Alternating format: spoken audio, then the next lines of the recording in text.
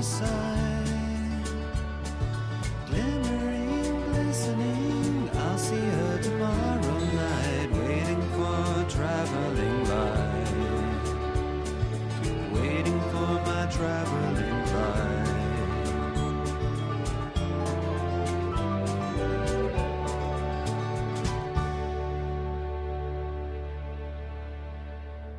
If you look over the last few months at similar bands in our ballpark, releasing records to roughly the same audience on similar sized labels, I'm talking about the E45s, Harold Bjornsson, Old Telescopes, The Sovereignty, they all spring to mind.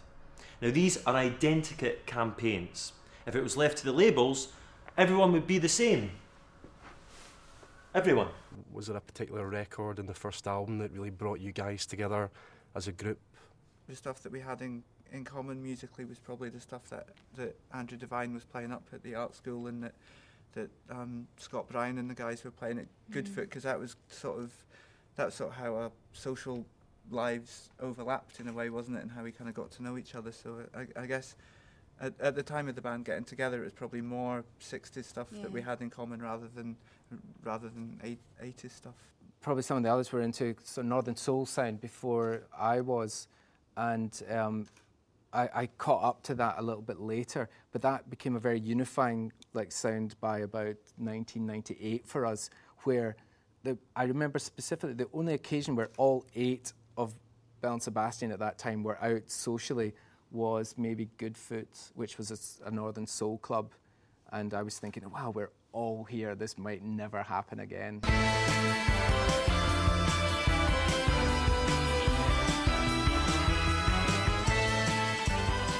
We've always been a band that like to use, real instruments, and I think we kind of feel that orchestration brings, makes a record.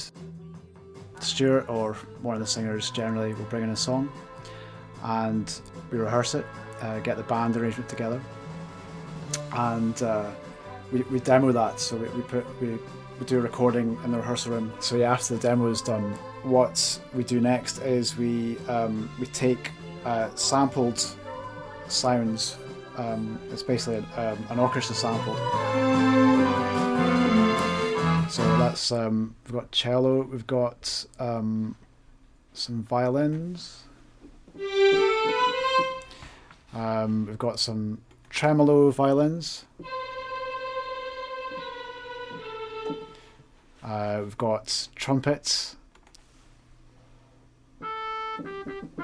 The trumpet doesn't sound very good.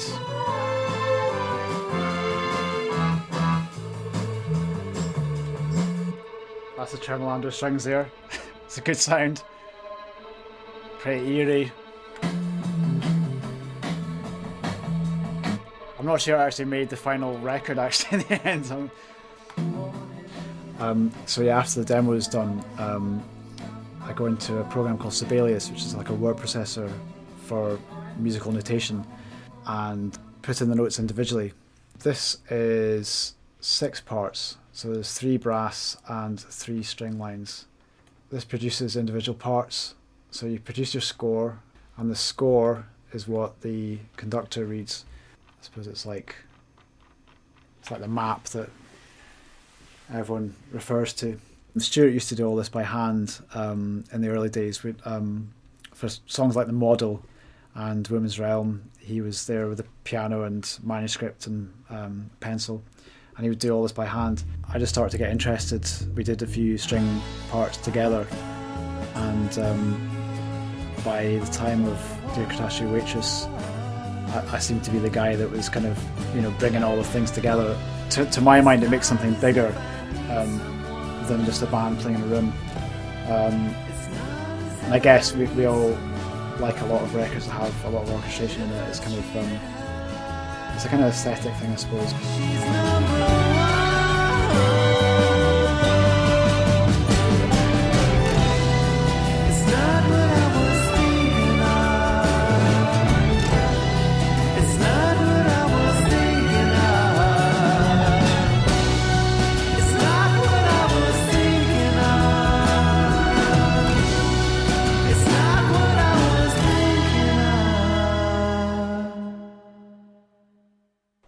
anyone believes there's a long-term future making music along traditional lines, then bluntly, there isn't. That went out in 1999. And I have to say, the prospect of earning the kind of money that you have done in the past are slim to negligible.